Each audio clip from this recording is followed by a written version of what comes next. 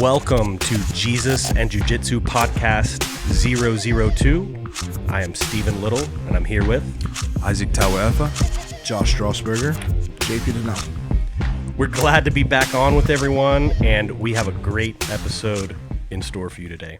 So, JP Dinnell, our beloved brother over here, has a big birthday coming up just around the corner. And what I want to talk about today, what I want to kick this thing off with, is talking about what kind of training is JP doing to hit his 40th birthday and to walk into his 40s in the best shape of his life. 40. And as you know, for any of y'all that are just joining us, most people know, but you know, some people don't. JP was a Navy SEAL for a long time, well over a decade, and has incredible training in his background. And so I can't wait to hear what, I know a little bit of it, right? But yeah. I can't wait to hear what JP's doing to hit that peak physique and peak performance in his 40s. Also, none of us are 40 but him. We're just pointing that out. Yeah. He's the first. I'm the first. So I will make one correction to what you say.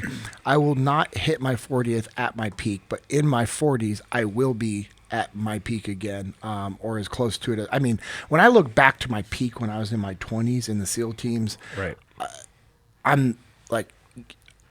I'm not hitting that again. I mean, those were stats that were unreal. I mean, we've talked about it before.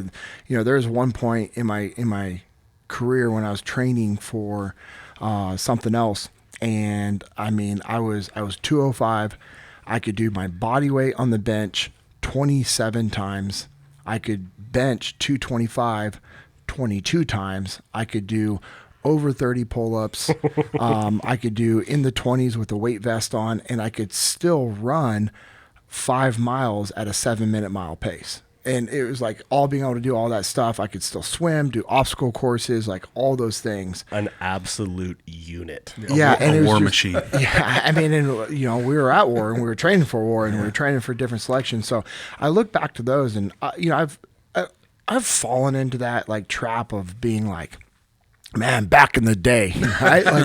Like we all do. But when you get enough years, you start doing that. Yeah, but I've used it as more of like a baseline of, okay, hey, I was able to get there by doing this, this, and this.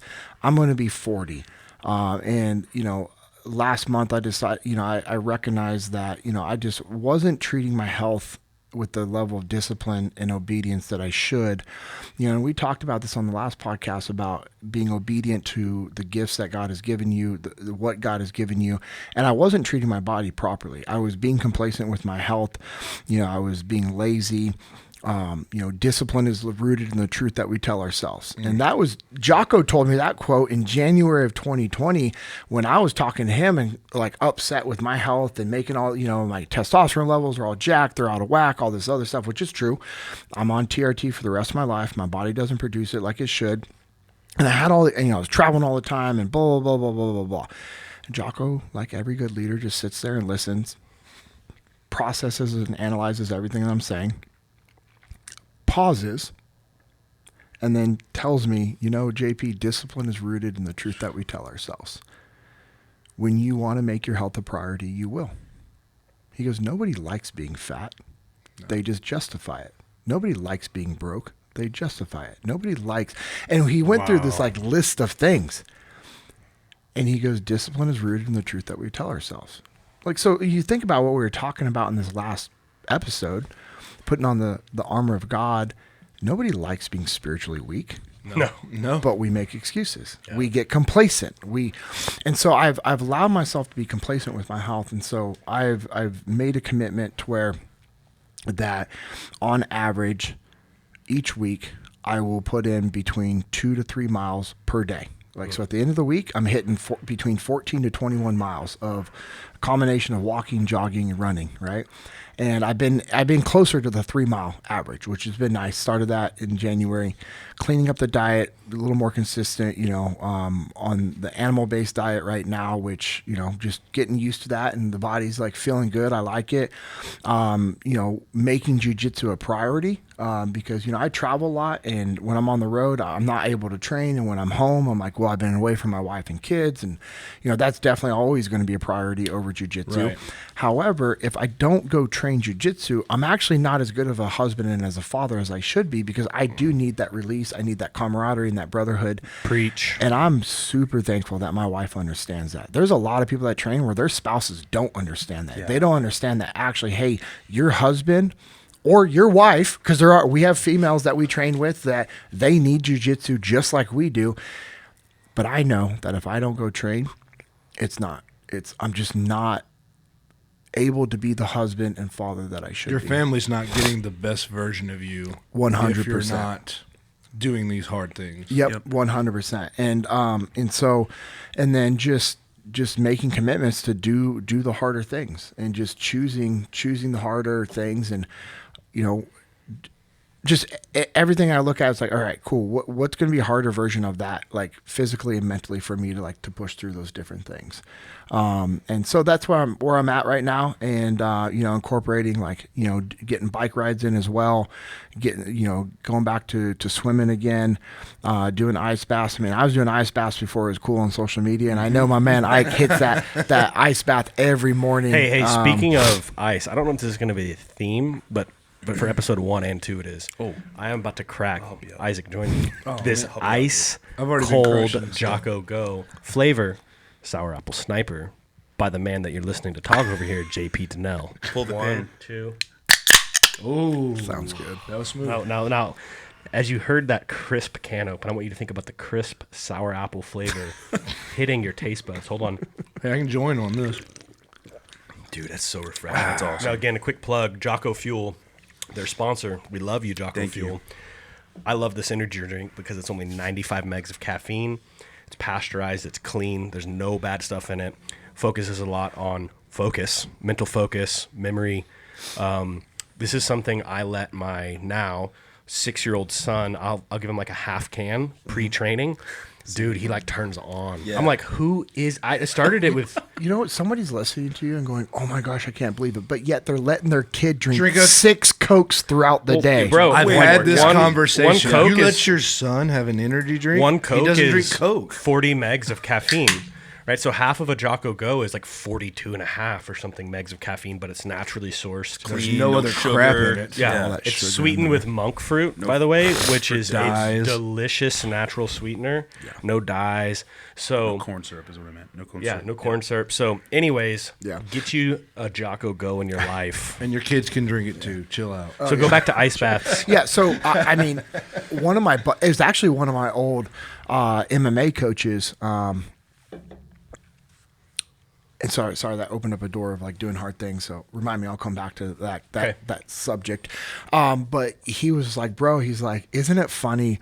He goes, you see this trend of people sitting in the cold tubs and the ice baths, and he wasn't saying anything bad. I think it's awesome people are doing it. It's only going to make you a better person. It's the physical benefits, the mental benefits. It's insane. He goes, bro, I remember when you're doing ice baths in 2012, 2011, and we thought you were crazy.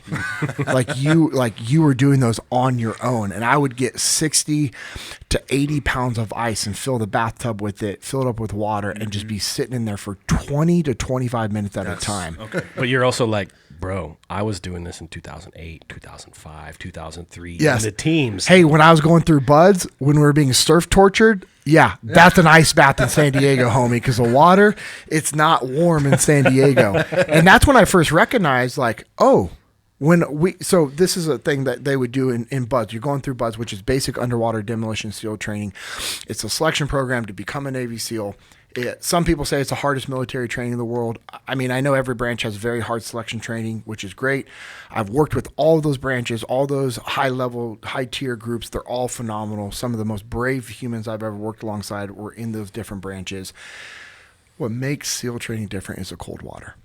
And people don't like being cold. Now, I like the benefits of being cold, but nobody's like, man, I really like being in cold water. Nobody does that for I fun. hate it. Yeah, everybody hates it, but you like the benefits that it provides your Absolutely. body, and that's why you'll do it. So in buds, they have these evolutions that they call surf torture. It's 2023. They probably can't say torture anymore. Somebody's going to write their congressman. But anyways, back when buds was hard. No, I'm just kidding. It's real hard right now. Those... Trigger warning. Yeah. Hey, the kids going through training right now, and I know some guys going through training are phenoms. I mean, dude, insane studs. The training's super hard. All the SEALs at training, they're the gatekeepers, man. They are keeping it like But tight. now that everyone has a video camera on their phone, you can't do the things you used to could do. Well, buds, they don't have those, so yes, you can. But so anyway, so we're being surf tortured. It was always after a very hard training evolution. They would have us link arms, face the ocean. They'd say forward march. You'd walk into the ocean. You'd make you sit down, lay back down. So you're linking arms with your buddies. The waves are crashing over you. So kind of discombobulated, like cold water in your ears, up your nose. People are like choking on it, whatever. Salt water in the mouth sucks, and you're just sitting there. And they're like, "Hey, we're gonna keep you in there until somebody quits." Eventually, someone quits, right? Because they're tired. It's cold. You're being told that you're being tortured, so somebody quits. They get up. They go ring the bell 3 times. They're done with training. And the class would stand up because, like, hey, cool. They said until someone quits. And they'd be like, all right, nope, sit back down. So they're messing with you, right? And they're putting you in the water back again. And I remember getting out of the water one time. And after you start moving around, like, I felt really good. Like, I felt really, really, really good. And then also, I remember looking down the beach. I was facing north towards the Coronado condos. And you know what I saw in that same water? Kids playing in that same water for hours at a time. Hours at a time. And it clicked. They were putting us in the water for recovery. Now, they didn't tell us that because they're going to mess with you. They want to see who's going to be able to mentally shut it off. When things are going bad, when you're just up against the wall, like, are you going to quit? Or are you going to find a different mode? Or are you just going to be able to shut off all the negative things that are going on and keep moving forward with your mission? And that's what a lot of Christians fail to do, right? They just get sucked in and distracted, and they don't know how to like shut off all the outside noise and just focus on the mission of their relationship with God and pushing forward. We can talk about that later. But wow, I'm going through training and I recognize that. And all of a sudden I'm looking forward to that time in the ocean. And so we started doing that, and it was just, and so the instructors, what they do is they would put us in this environment of cold water after every very hard training evolution. And I'm talking like you are physically beat down, like you can't do anything else. And they put us in that water. Well, there's a saying, fatigue makes cowards of us all. That's good. Who's ever made a really good life decision when you're exhausted and wore out? Nobody. I've been speaking for Echelon Front for almost 6.5 years, traveling all across the world. And I asked that question. I haven't had one person ever raise their hand, because it's a reality of like, oh, when I'm tired and exhausted, like I quit. I do things I shouldn't do. I say things I shouldn't say. And we realize because we're emotional, we're not being logical, because we're not detaching from our emotions. And so I recognized at 18, 19 years old, and I'm very thankful, because then it became a game of like, oh, this is my time for recovery. Because here's the other thing, that training is so physically demanding and hard. There's not one human being that can make it through that training without that time in the ocean for recovery, without their body breaking down. So the instructors are very smart. They're doing it by design so that the ones that are mentally like capable, we're going to make sure that they physically stay capable. It's good to be able to get to that training. So yeah, I've been doing that since 2002. I mean, my uncle, he was a PJ pararescue, which is Air Force Special Forces. Those guys are amazing combat medics, like insane what they can do. Like PJs are, I mean, dude, a lot of PJs have kept a lot of my buddies alive overseas, and just what they've done. And he did that for over 30 years, and he was helping me prep for buds, and he just helped me get comfortable with different things. And one of the things is like, you have to be able to be calm in cold water. And so when I was the summer before I left, every single day I would take a 10-minute ice cold shower, but with the water running over my face to where it's hard to breathe. So I had to control my breathing and breathe through having mouthfuls of water, where you allow the water to get into your mouth, spit it out, breathe. Like it was difficult, right? But I had to train myself to be able to shut all those things off. And so I mean, the ice baths, getting back to doing ice baths, cold showers again, just for the recovery, for the mental aspect of it. And I love that people are doing it. And it's funny because some people are like, man, you were doing that well before. My coach, he was loving it. And there's some other people who are like trying to like I was going to be mad, like that there's like a trend. And I'm like, well, one, I didn't invent it. Right. I didn't start doing it. I was doing it a long time ago. So I'm getting back to that again. JP owns ice baths. Yeah, I know. Someone's out there is like taking what I said the wrong way. I think it's awesome. I know the benefits of, I've been doing them for over 20 years. And, whenever I fall away from not doing them, like my body doesn't feel as good. I'm not recovering. And I know we'll talk about some of the hard things that you guys are doing as well. And the last thing is, as we go into the message in a little bit, is, just denying the flesh. And that's why, I'm choosing to do these hard things to get myself physically back where I need to be so that I can also spiritually be where I need to be as a man who's leading my wife and my kids. But, I gave up alcohol. And, I haven't, I think it's like day 19 right now. But, stop drinking because it's like, why? Like, there's like, for me, like, I mean, it's a little trap, right? And I was just on Jocko's podcast and we talked about it. Like, man, like literally zero good comes from drinking alcohol. Like, give me one positive benefit. Like, there's not. It's a poison. You're drinking poison. It's just as bad as other drugs that people do. But because it's legal by the government, everyone's like, well, it's not a big deal.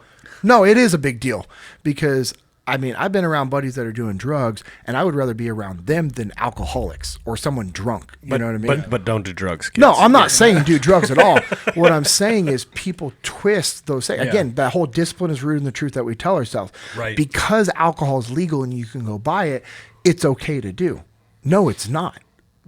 The government is not a good moral standard of what's right and what's wrong. Which we would agree on that on every other aspect. But this one, it's like, yeah, maybe they got it. But Lucky Charms is healthier than red meat right now. Right, 100%. Yeah. What a joke. Okay, now hold on. If they had picked any cereal other than that one of my heritage, I'm just saying, if we had to pick a cereal, Lucky Charms, no. Guys, come on, eat steak. If you listen to episode 1, you heard that. Eat beef. Well, yes. one thing on that, if I can, it's just a total aside, but I saw something. It was a Nick Lavery tweet, and he said something. It's very simple, but it stuck out to me for months. And he said something to the effect of, I will never regret waking up after a dry evening. Yes. And it's so simple, but it's pretty profound. So it's simple. And that's what I love. That message from him is so simple. So I decided to stop drinking. My birthday's on St. Patrick's Day. It's coming up. I'll be 40. And like people are like, well, you're going to drink on your birthday. No, I'm not. Like, well, one, I'm working on my birthday and traveling, so I won't be home until midnight. I'm going to drink go. Yeah, I'm going to drink some coffee on my get flight that home. H2O. I don't get home until like midnight on my 40th. My wife's not mad, but she could tell she's not too happy about that, which is fine. Jack, keep booking those gigs. Anyways, so yeah, that's kind of where I'm at right now is just like, getting my life back on track physically so that I can, just because we talked about the last podcast, when I have my physical dialed in, my spiritual stuff comes into play. And when I'm focusing on my spiritual stuff, my physical stuff comes into play. It's like this infinity circle that they just feed each other back and forth. So I really want to make that just a goal. And, and also like, you're talking about, doing those hard things. Like I'm going to compete this year in jiu-jitsu, right? And there's a list of things that I'm going to accomplish this year. And if I'm not taking my health serious and being physically fit, they're not going to happen. Like I won't be able to execute on those things. And is 40 a new division? No. So what is that, Masters 2? So listen. I think it's 3. I think we're 3. Masters 3? But it's the same as when we're 39. Yeah. I don't think it swaps to 41. 30, all you Masters 3 purple belts in the heavyweight division. Super heavyweight division. Just quit now. No, you guys better bring it. No, I competed. I competed in December, and the guy I competed against was so tough, man, so strong. And I lost that first match, and it was for me. It was an eye opener of just I don't know. It was just an eye opener for me of just really just understanding that I've got to put more effort into my training if I'm going to compete and represent double fly and represent Jesus in jiu-jitsu. Like now there's a different thing, like I know I naturally represent echelon front and jock on life with everything that I do in my life. So if I go compete, like it sucks, man. It sucks like going to a competition and getting stopped by people to take pictures. I'm like, I just don't want anybody to know who I am. I just want to come compete. I want to do my own thing. But I know it's also a blessing to be in a position where I represent jock on life, but now also Jesus in jiu-jitsu. And so the training thing is going to be an absolute, like, I've just got to find a way to make that schedule work with my schedule, because again, the family's going to be a priority, but I got to find that balance. So there's going to be times where I'm doing the 6 a.m. class, right? There's going to be times where I'm traveling to another one of our affiliate gyms, 47 minutes one way to go catch the 6 a.m. class so that I can at least get that rep in. And it's just, you sign the contract, you sign a contract with yourself, you have to execute. And the other thing, I took a screenshot and I sent it. We need to come back to that because, we will. As believers, do we sign a covenant with the Lord? Yes. And sometimes we break that. Yeah, break that down. Yeah, I like that. And so the last thing I'll say, and I know we'll open up to some different stuff, but I took a screenshot of this and I sent it to you guys, and it wasn't towards you guys, it was for me, for accountability for myself, because we have this accountability group in our group text, and that's what Jesus and Jiu-Jitsu provides to our community, right? We talked about the last episode. It's just the ability for an outreach for people to hear about Jesus, but also for people to have accountability of just being associated with us, and some of the other leaders that have been to Pursuit that are helping serve with Jesus and Jiu-Jitsu. There's accountability on their ends as well for how they portray themselves, how they're acting, how they're treating people, what they're posting on social media, right? And so these are all things that we have to think about. But the Cliff Notes version of what I sent you guys is, hey, when you quit something in front of your kids, you're giving them the green light to live a life of being quitters. Yeah. Well, you're showing them that it's okay to quit. You sent that to us for you, but let me tell you, when you sent it to me, you were talking directly to me. So, well, I mean, because it's so true. I don't view you as a quitter, bro. No, but the mentality of it. Yeah. It's just like, and it's the things that maybe you don't quit, but it opens up like, what are you not being like? My training has not been super consistent lately, and I beat myself up about it. And again, we all have the same time, and none of us at this table has less time than JP. So it's not that there's no time. Is it a priority? Yeah. And when it becomes important, you'll make it a priority. You and I were talking about this yesterday because we got some stuff going on. We all have some stuff going on. And so I sent that to you guys for accountability for myself, especially knowing what I want to accomplish with my health and where I need to get back to spiritually this year. And, it's like, so I made it known with the diet changes, right? To my wife and to my kids, and my wife's amazing. So she instantly goes into meal prep mode and shopping, getting all the right stuff for me and everything. She's always done that. Every time I used to fight amateur MMA, which isn't a big deal. It's amateur, but it was still fun. I enjoyed it. She did all my meal prep because she's you guys know my wife. So she's a lot of people that have trained with you just went, oh. Yeah. They're starting to put a few more pieces of the puzzle to that fury. There's still some videos. JP Dinnell on the mats of justice. They're like, this makes a little more sense. Okay, there's more to the no gi. It might make sense. Gi, no. I'm still trying to figure that game out. Absolutely makes sense. Well, especially when anyone that like at our gym, or anyone that knows you well knows how little you train no gi. So then they see you slip into the no-gi gear, and they're like, oh, I'm going to get after JP. No, you just entered some deeper waters. Some deep cold water. Back it up. I don't know about that. But, last thing I want to say, and then, I love, Josh's company, Total Fitness Kickboxing, sponsored this episode. So I want him to tell us a little bit about what Total Fitness Kickboxing is and, just your gyms are awesome, man. And I think it's cool what, you guys are doing for the community and talking about doing hard things and holding people accountable to their health. Like that's what you provide people. You provide people this amazing atmosphere where they can come in and it doesn't matter their background, their level of expertise. It doesn't matter. They're going to have a fun workout and you're going to push them and your instructors are going to push them and they're going to be better versions of who they were when they leave. day one. And then, anyway, so the last thing, because I really want to talk about this and I want you to shift over to that, is I shared this with Steven.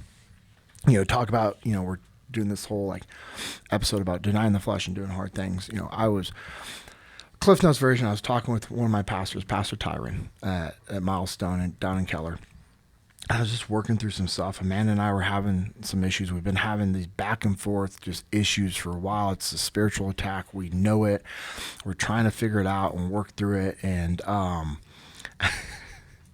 talking to Tyron about it, and I'm just like explaining all these things. And he just pauses, and he pauses, he's listening, and he starts like moving back and forth. He's literally like doing this back and forth, like looking. And it was like, I know he's not going to, but it's like the nervous movement of somebody that's going to cold cock you. And I know it's on the radar, bro. I don't know. Tyron might. Yeah, I mean, if the Holy Spirit put on his heart that he needed to knock me out, he would, and I'd be okay with that. He's got a heavy. He's about to verbally. He's a little gangster, verbally like that. knock you out. Talk about someone that he is cut from the same the cloth. Physical and the spiritual. Yeah. And that's example of who I want to be like is Tyron. Like, he is physically fit. He's spiritually fit. I mean, he's like that guy that I'm like, okay, I want to be like him as a man in all aspects. And, if he's listening to this, he's probably uncomfortable because he's like, no, bro. He shares with me his flaws as well, which I think is so powerful for Christians to be able to do, is have humility. That's what makes a strong man. No, yes. The world doesn't tell you that. The world tells you you've got to have it all figured out. You've got to bottle it up. Strong silent type is not real. Nope. Right? Yeah. To be a strong man, you got to be able to be vulnerable. Yeah. Right? You got to be able to be humble. Yeah. And humility is the number one characteristic of a great leader. Well, whoa. What's the greatest like sin? Pride. Yes. So that's like you're saying the opposite of that. It's a biblical truth. Yep. Right? Yep. Humility is the greatest sign of a leader, but the other side of that is pride is the greatest sign of a bad leader. Yeah. Pride and ego. And it's right. So he's like doing this back and forth movement. And the number one skill set of a great leader is communication. And his ability to communicate this next message was absolutely flawless. He's like, can I be real with you? I'm like, yeah, of course. He goes, you need to quit being such a punk. And I'm like, and I look at him and I'm like, you're right. He was right. It's exactly what I needed to hear. Exactly what I needed to hear. I was being a punk. Did he have a little like tone in his voice when he delivered it? Yeah, I was scared. I wouldn't say scared of him, but it was the authority. Yeah. The authority in which he delivered that, I was like, you're right. I had nothing else to say, and we talked through some other stuff. He's like, hey man, I want to pray with you. And I'm like, all right. And he goes, this is spiritual. He goes, this is spiritual warfare right now. And I'm like, I know.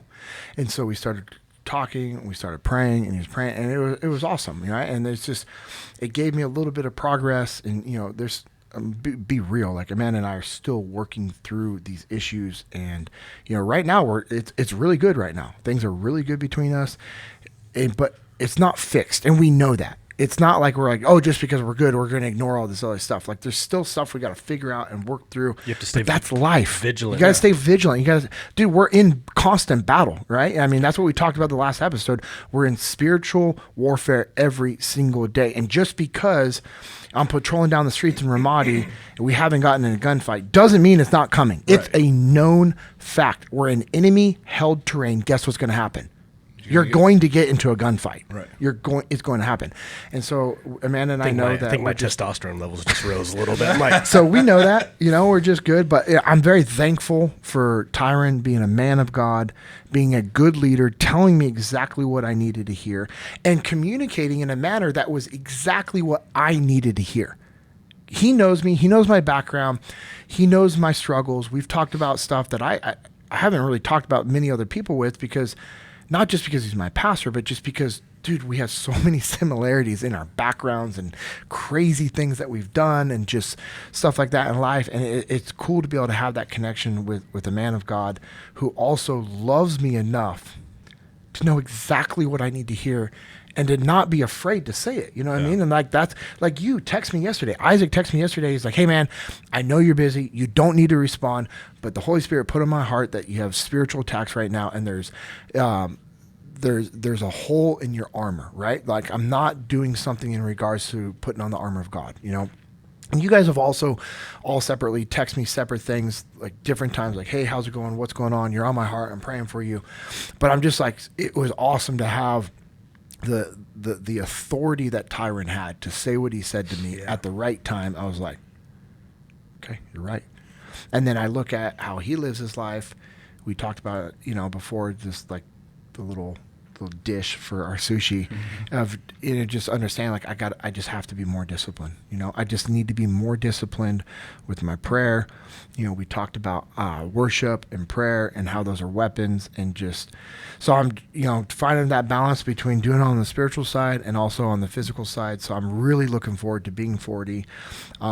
When this releases, I might already be 40. But I'm looking forward to this next year. It's going to be amazing. Like, 40 is like, cool. I got gray on the side of my head. Awesome. You know what I mean? Like, good. I'm living my life. Jocko and I were talking about this last week when I was in San Diego with them. And he's like, man, you're going to be 40. He's like, that's so awesome. When he was my task unit commander, when we were deployed to Ramadi, he was 34. Wow. He was 34 when he was our task unit commander.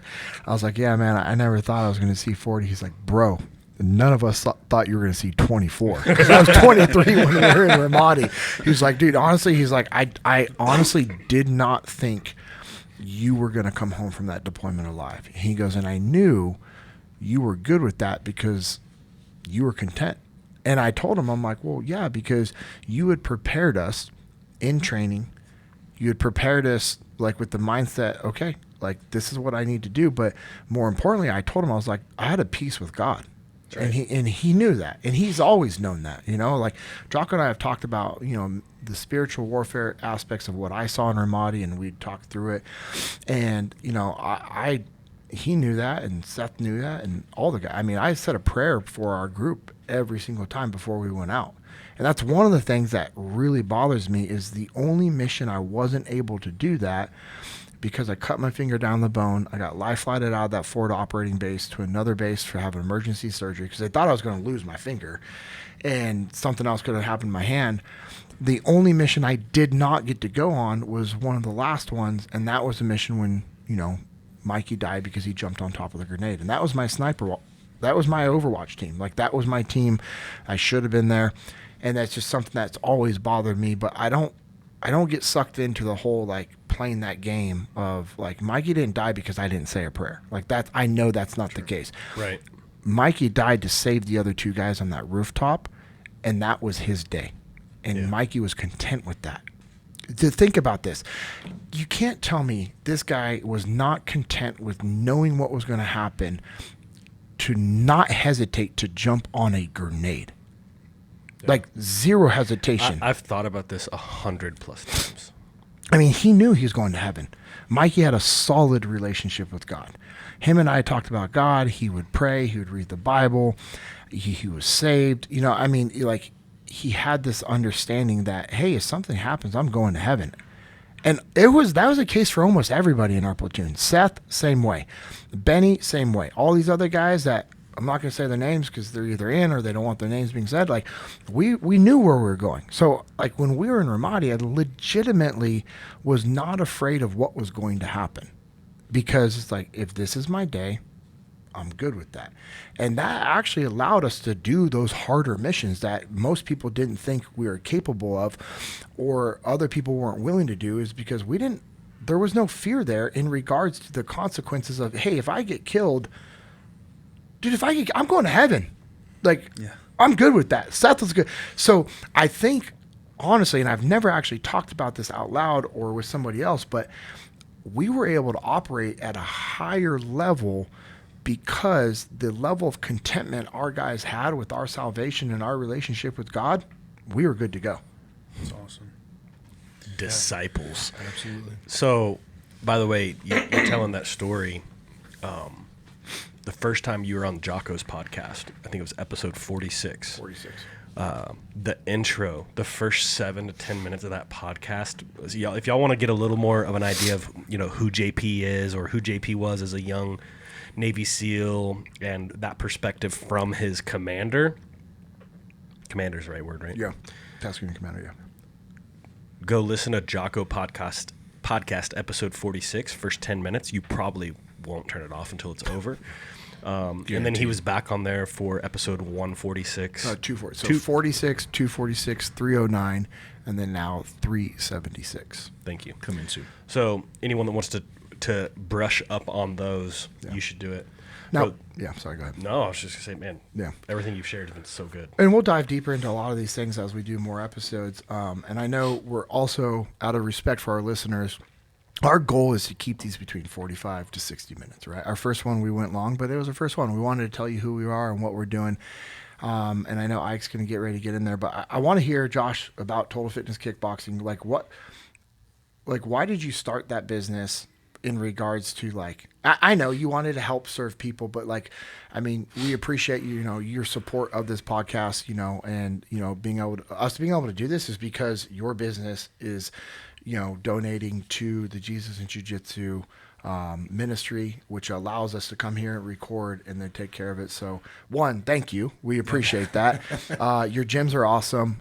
Just tell us a little bit about them. Yeah. Well, it actually kind of goes back. If I hadn't, it's a tie-in with jiu-jitsu too. If I had not gone to a certain gym in Memphis, Tennessee, I would not have met JP. Yeah. I would not own my own businesses. I would not be in DFW. I probably would not be sitting here right now. There would be some other scrub, which could probably do it as well or better than I'd have a Josh-sized hole in my heart. Yeah, for sure. But yeah, so talking about doing hard things. So I think a lot of people can talk about high school, like, oh, I was in shape in high school. Well, it's super easy to be in shape when you're in high school. But I was 17-year-old testosterone over through 2,000. the roof. Yeah. And that was when, in high school, we used to actually have to work out at school and be active. This was eating fast food 90s. And donuts and being shredded. I'm not quite as old as JP, but I'll be 40 this year as well. He's just first. So yeah, high school in the 90s, we still worked out. I was a average athlete. I wasn't bad. I wasn't great, but basketball, soccer, I was in good shape. Actually, I was. Did he say athlete and no basketball? Okay. Sorry, just the two football guys sitting here in the middle. I was 155 pounds in high school. Okay. We're this, but still this height. He could have kicked on the football team. It's easy to have a 6-pack when you're 6'2", 155. Yeah. But no. Then life happened. Again, discipline is in the truth we tell ourselves, but you get out, you start letting some complacency creep in, you get busy. I got married, I had kids. So most people look back on their 20s as their primetime days. I spent all of my late teens, 20s just in a downward spiral. And we can talk about other stuff later, but just as far as the physical stuff, I put on 100 pounds. I was so by the time I was 31, I had been married 8 years. Yeah, 8 years. So I was 250 pounds. I don't know, but I always joke I was like 50% body fat. But I was the guy that had a desk job and would run out of gas trying to play with their little kids. And my wife saw this, and she's super nice. One of the sweetest women. Yeah. And she's a saint. Yeah, she deals with me. But we lived literally around the corner from this gym. It was in this big warehouse next to a furniture store. And they had this big sign in the window that said fitness kickboxing, and it had a chick with high heels kicking a bag. Typical cheesy advertising. And she went and joined, and she loved it. Hold on. You just the chick with high heels. That makes me think of have y'all seen the Chuck Norris kickboxing jeans? Yeah, exactly. Yeah, bro, so I grew up on Walker, Texas Ranger. I don't any of y'all. Yeah, for sure. Absolutely. My dad was on an episode of that. Oh, dude. Yeah. Well, of course. Put a pin in that. I will. Is he a bad guy? No, it was with Team Impact. They came in to do a school assembly, and the principal was dealing drugs in the episode. This is amazing, bro. Yeah, I'll roll it out. I literally went to like download all the. Sorry to interrupt. No. This is. I went to download all the like Walker Texas Ranger episodes. I have season 1 on DVD, but like DVD. What's DVD? Me and my brother. Yeah, because I was like gonna introduce Brody, my 6-year-old son, to it, and I'm like, I think I started watching about 6, 7. I don't know. I got to go back. Like, there's like some like drug dealing. I don't know, but it's time that Brody learns of Chuck Norris and stretchy jeans. That's right. But I'm just thinking, kickboxing. I had the vision of Chuck Norris and his freaking cowboy boots and jeans, his karate jeans, dropping some roundhouse. To be kicks. honest, the Origin Delta 68, you could definitely do kickboxing. Oh, I've thrown head kicks. There's enough stretching on a heavy bag. Oh, okay. I was like, no, beating up in your Origin jeans. Hey, this is Jesus and Jiu-Jitsu. You can't lie. On a heavy bag. In the Delta jeans. Yes. Have you kicked someone in the head? No, not someone. I said on a heavy bag. I know. I've thrown a head kick. He's putting you on the spot. I'm putting you on the spot to ask if you in ever Delta have jeans. kicked someone in Delta jeans. No. Have I? In non-Delta jeans? Other jeans? Okay, yeah. anyways. I mean, in the past? In yes, the past. but we're not talking about that. I'm talking. I just want to know. I just want to know if you Why are you have. bringing up old stuff? I just want to know. Dude. I just want to know last week. if you have a head kick in the Origin jeans. No, not yet. All right, Pete. Goals. Pete, Jocko. I'm just saying. Not JP has not even graced your jeans with a head kick. Yeah. I've done jiu-jitsu in them. I've done runs in them. I've done you can full back squat squats, in them. deadlifts, kettlebell workouts in them. Made in America by Done American heavy workers. bag workouts with them, but I haven't had to defend myself in the Delta 68. But I can- back to Josh's story. I can guarantee you could defend yourself. But Yes. no, she started going to this gym, and in her graceful, calm way, she would just sprinkle it in like, hey, you can try a class for free. And in my mind, She made it your idea. she did. Amazing. This was before Extreme Ownership came out, too. Right before. But, in my mind, a lot of times we have a false concept of ourselves. So in my brain, I was like, I can get it back quick. I'm still this dude. I can get it back quick. And then also, I typically don't think this way, but I remember thinking, that's for chicks, man. Yeah. I ain't going there. And it's just that false security and then that excuses. It's just excuses. So I remember one morning I'm sitting there like shoving toaster strudels down my face, which I still love. Real quick, hold on. We have a mutual What flavor? Oh, Don't raspberry, say cherry. raspberry Okay. for All right. sure. That's acceptable. Strawberry is where it's at. No, wrong. Okay. We have a mutual friend named Jarrett Bond, and he posts toaster strudels on his story often, and He also has 4% body fat. I know, He but can eat still, whatever he I wants. struggle Hey, when he's I got see 4% body fat with like 20-inch arms. Yeah, he's shredded. He's insane. Oh, he just did a jiu-jitsu tournament. Double gold. I'm like, bro, could you imagine being no, he's a blue belt now. Yeah. Imagine being I rolled with him at a Jesus white and belt Jiu-Jitsu. against him and then a newer blue belt against Jarrett Bond. So Jarrett it's not Jarrett fair. is one of our non-local Jesus and Jiu-Jitsu team members. Yep, and Pursuit Brothers. But anyway, And a strudel lover. Go ahead, Josh. so I'm coffee full of sugar, like literally no water. I've probably no telling what I've had in my system. And we go to a Saturday morning class up here, and I walk in, and there's jiu-jitsu mats, there's judo mats in the back, there's a full boxing ring, there's an octagon, and it's local MMA fighters train out of there. That's where JP trained. And over in the corner, there's just a bunch of heavy bags, and it's a group fitness kickboxing class. Back then, it was taught mostly by the local MMA fighters, because they don't have no money. So, but if you None of them do. but if you teach, you can train for free. We know the game, but it was awesome. So I did my first class, and there was dudes there. It's not just for chicks. And it's a 45-minute group class, but it's just you and heavy bag work. They do some conditioning stuff too. And I lasted all of 10 minutes before I thought I was going to pass out. Yes. And that was the eye-opening moment of, I'm a fat piece of crap. So I signed up. Like that pride, when that pride gets squashed to nothing, and your wife, who is 5'7", 120 pounds, is literally outworking you in a boxing class. Mm-hmm. Like, she's never been in a fight in her life, but she could have beat me up right then because I had nothing after 10 minutes. I signed up. And a bunch of the MMA guys, jiu-jitsu guys would come in and out of there, and they kind of prodded me to give jiu-jitsu a try, and I was like, I ain't wearing those pajamas, stuff like that. Again, ignorant. Yeah. But sticking with the kickboxing side, I did eventually join jiu-jitsu. I met JP. The first time he came in to a gi class with his white belt, I think I had some stripes on my belt, and I was like, ooh, fresh meat. And then I was quickly realized that that wasn't a white belt. But we became friends. But I continued doing, total sandbagger. He would not come to class to get promoted. That's not true. But okay, I'm a little bit of lies. But I continued with doing jiu-jitsu. I went hard on jiu-jitsu. I was training 6 days a week. But I continued doing the fitness kickboxing because, A, I liked bag work. It's not sparring, but heavy bag work is solid. It's good cardio. Legit workout. So I would do 6 days of jiu-jitsu, and I'd still work 3 classes a week of kickboxing. That's legit. So I partnered with a buddy of mine that was doing jiu-jitsu with me at the time, and I was like, hey, this has helped me so much. It's opened my eyes to, like, again, what we're talking about, needing to do hard things. I want to bring this to other people. So I decided to open my own. In the city of Memphis, they had already opened up a bunch of them. So I knew I'd have to move.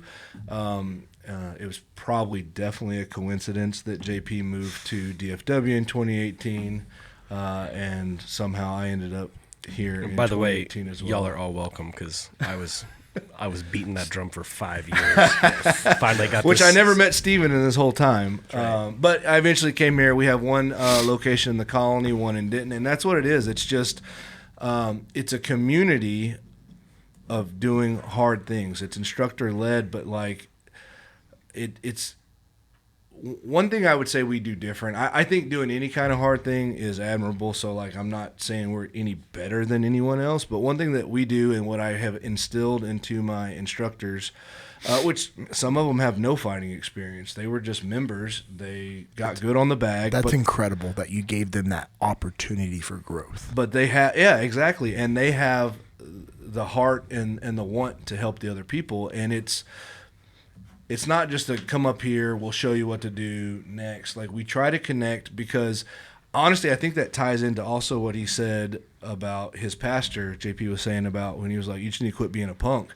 There are levels with different people where we have access to call them out. Yeah. Obviously, you're close. We throw around the word bro and brother a lot, and sometimes too nonchalantly, but, like, your actual brothers, they know how to talk to you. Me, I need to be talked to blunt. So if I'm doing something wrong, JP, Ike, Steven, these are my closest friends. They're going to tell me, hey, you're being a dummy. Josh responds well to trash talk, but if you trash talk him, you're going to fight all of us.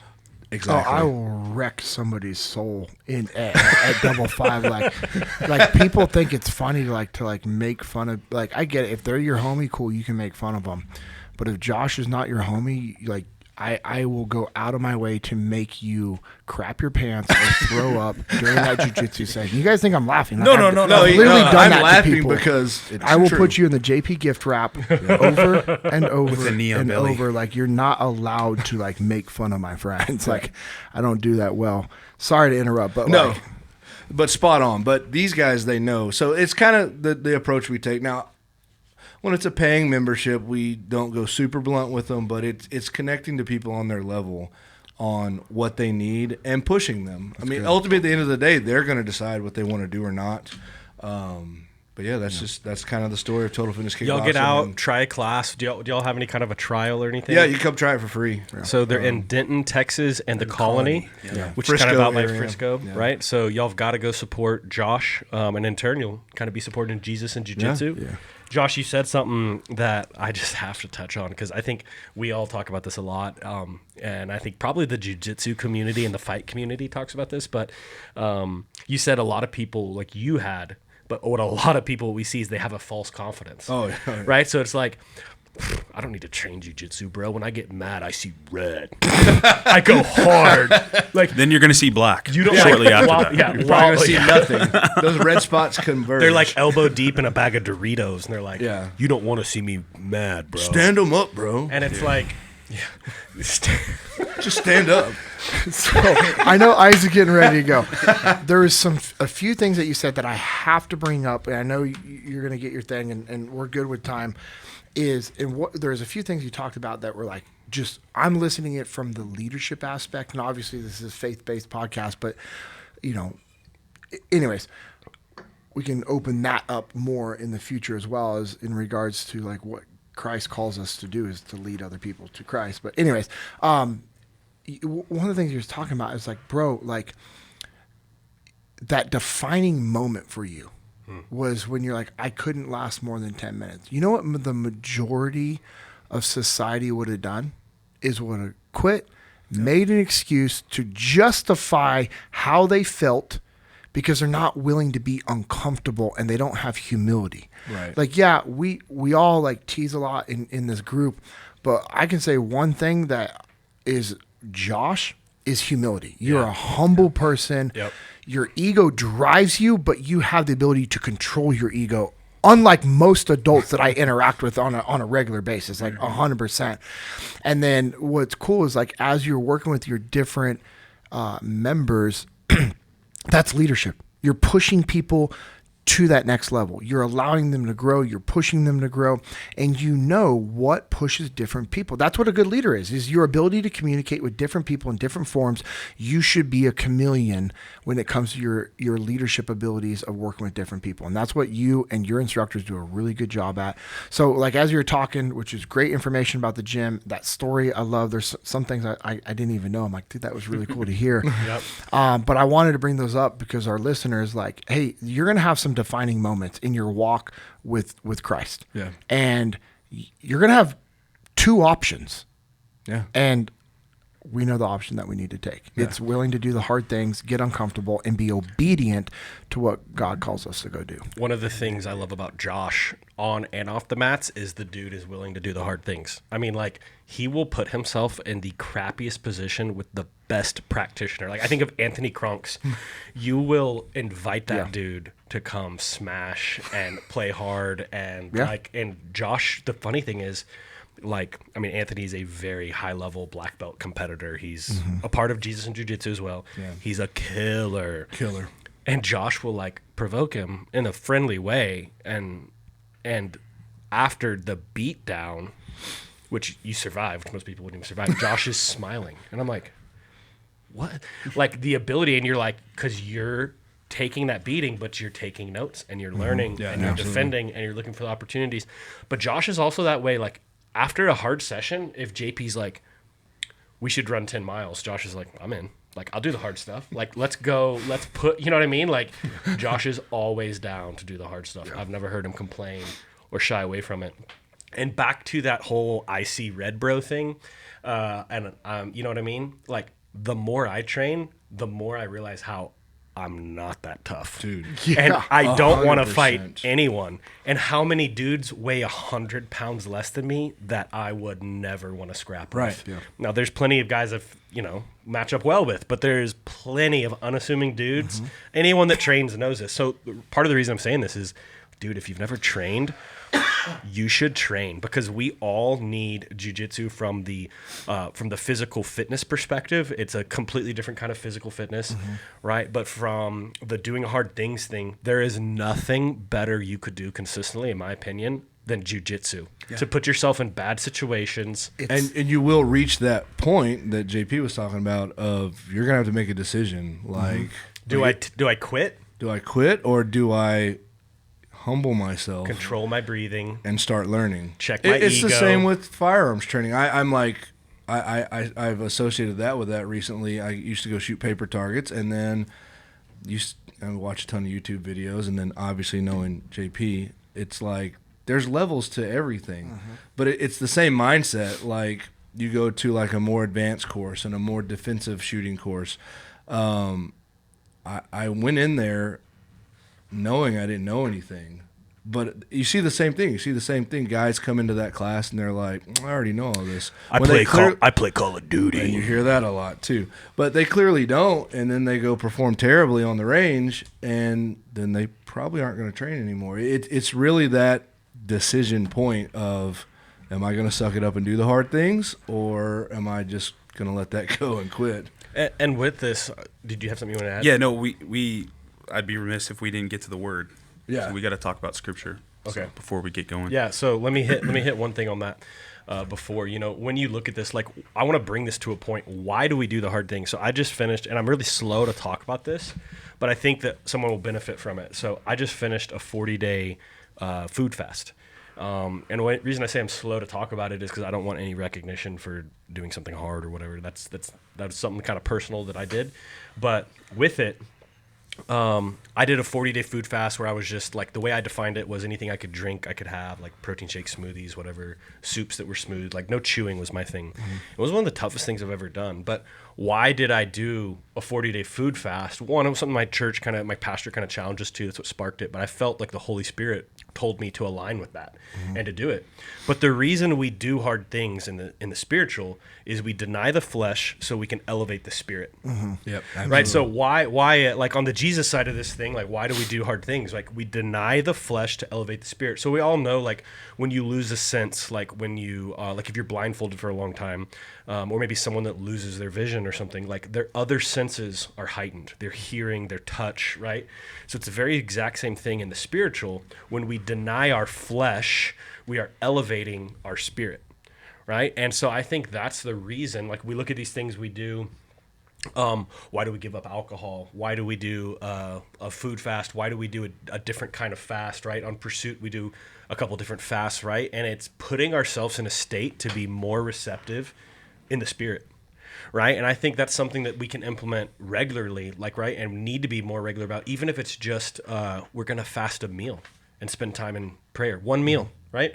And spend time with the Lord instead of that time it would take us to eat at our desk or wherever we are, right? Go get in our car, put on some worship music, and spend lunch hour with the Lord instead of eating with our coworkers or whatever that might look like, right? Right.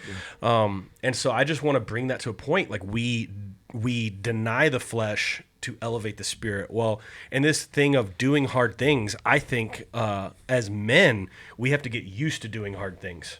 Right, and that's everything we've been talking about: jiu-jitsu, ice baths, training, and with that, one of the guys that's just been, shouting that from the rooftops that we're brothers with, we're starting to collaborate with, kind of ministries and whatnot, is Spencer Mozingo with Summit, right? So he has a ministry, Summit. One of our brothers, Will Tate, who's involved with Jesus and Jiu-Jitsu, is also heavily involved there with Summit. He's kind of the guy that linked us up. But like Summit is calling men back to being manly and masculinity and to lead and not Christian men. Yes. And to not be ashamed for being a man, for being a Christ follower, for being bold in your faith, right? For standing up for right and standing against wrong, for speaking truth when the world tells us we're not allowed to speak truth. You can't do that. You can't be manly. You can't speak truth. You can't be a Christian. Apologize for this. Apologize for that. Apologize here. And what I love about Spencer and what they're doing over at Summit and Will is they're like instilling those biblical values of being a bold Christ follower, right? Mm-hmm. Pushing into doing hard things. So these guys promote jiu-jitsu and they're like, hey, they're all about Jesus and jiu-jitsu. And the thing, when Spencer first came to us and we were talking, I had some questions for him. And one of the things he said was like, hey, I don't want anything out of this. You're building the kingdom. We're building the kingdom.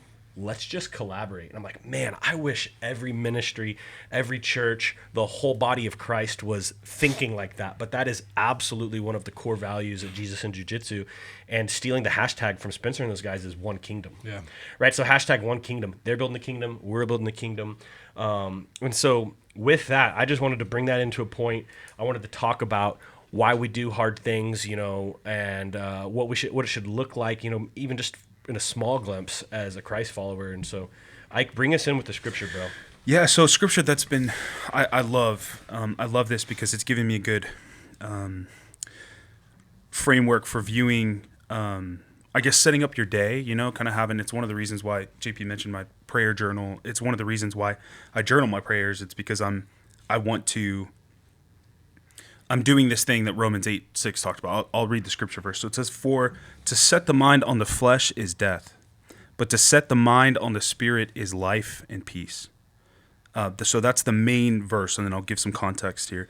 "For the mind that is set on the flesh is hostile to God, for it does not submit to God's law. Indeed, it cannot. Those who are in the flesh cannot please God. I'll read 9 through 11 now for more context. You, however, are not in the flesh, but in the Spirit. If in fact the Spirit of God dwells in you, anyone who does not have the Spirit of God, of Christ, does not belong to him. But if Christ is in you, although the body is dead because of sin, the Spirit is life because of righteousness. If the Spirit of him who raised Jesus from the dead dwells in you, he who raised Christ Jesus from the dead will also give life to your mortal bodies through his Spirit who dwells in you. And so, I mean, the biggest takeaway for me is like, I think about this, setting my mind on the Spirit every single day. I think praying, I think worshiping, I think being purposeful in your time. I mean, Stephen, I agree with you. I don't like quiet time, but we could call it, time in the pasture. Like David spent time with the sheep under the stars. He was just with God. He got alone with him. So it's like alone time. So spend some time in the pasture every morning. I think that allows you to set your mind on the Spirit. And the result of that is that you will have life and peace. And I mean, that's kind of my tie-in with, I've had the opportunity to do a little traveling with JP and getting to observe some of Echelon Front's trainings. And one of the mindsets of victory is about discipline equals freedom. I think you're wearing a bracelet, huh? Yeah. Discipline equals freedom. That's actually biblical. It's actually biblical. If you look at here, you're setting your mind on the Spirit. That life and peace sounds a lot like freedom. Mm-hmm. And the discipline comes from the fruit. One of the fruits of the Spirit is self-control, which is discipline. Yeah. So if you're setting your mind on the Spirit, you are having one of the fruits of that will be discipline. And so it's actually a biblical and godly thing to be doing hard things and to set your mind on the Spirit. And so, I just want to encourage all you guys out there to do hard stuff, whether it's waking up early, if that's hard for you, or dieting, or taking ice baths, which is hard for me, which is why I do it every single day. And why I post about it. You told me it was going to be it's a good opportunity to be just to set that example. And have accountability. I'm posting it because I know you guys are looking and watching it. So, when you share this, to set the mind on flesh is death, but to set the mind on the Spirit is life and peace. That's kind of what we're doing at Jesus and Jiu-Jitsu. So at Jiu-Jitsu, all of us set the mind on the flesh, like in a lot of ways, but out on the mats, right? Which is important. But what we're trying to do with Jesus and Jiu-Jitsu is bringing that community back to also setting their mind on the Spirit, which is life and peace. And so we're kind of trying to bring those two together here at Jesus and Jiu-Jitsu. Right. And we appreciate y'all for being a part of this community. Guys, any last thoughts? No. I think my last thought is when I think about doing hard things, we all know those jiu-jitsu guys and girls that daily do the hard things, right? Like I said, Anthony Kronkler, that dude trains, bro. He's ice bathing, he's deadlifting, he's running, he's aggressive on the mats. Former wrestler, right? So any of y'all that have been around like a former wrestler, you understand that mentality. They're right? Annoying. Yeah, annoying. So Anthony brings that. He's a high-level black belt competitor. He brings that do hard things attitude to the mats, and everyone feels it, and it makes everyone around Anthony better, right? He's got that positive chip on his shoulder in the middle of training because he's doing the hard things, so you better not be laying on your back during rounds. Stand up, right? Yeah. And I think that's what our responsibility as followers of Christ, to bring that same mentality to our walks with the Lord, right? To what we're doing out there in the community, this Jesus and Jiu-Jitsu community, right? Like we've got to do the hard things in the Spirit as well so that we're of value to those around us, our wives, our children, right? And so that's kind of my final thought there of tying in the doing hard things. Yeah. Agree. Totally. I would say one word that came to my mind as you're saying all that is intent. Yeah. As I just think about everything that we've talked about today, it's like, what's the intent? Like, what is your intent? And Jocko says your intent has a smell. Yeah. And if you're not doing the hard things with the intent of bettering who you are so that you can actually serve and protect those around you, you're going to be exposed in all those things. So make sure your 100% intent is lined up the right proper way. So good. That is the perfect finish to episode 2. And so we want to thank you for joining us on Jesus and Jiu-Jitsu Podcast 002. We'll see you next time. Go train.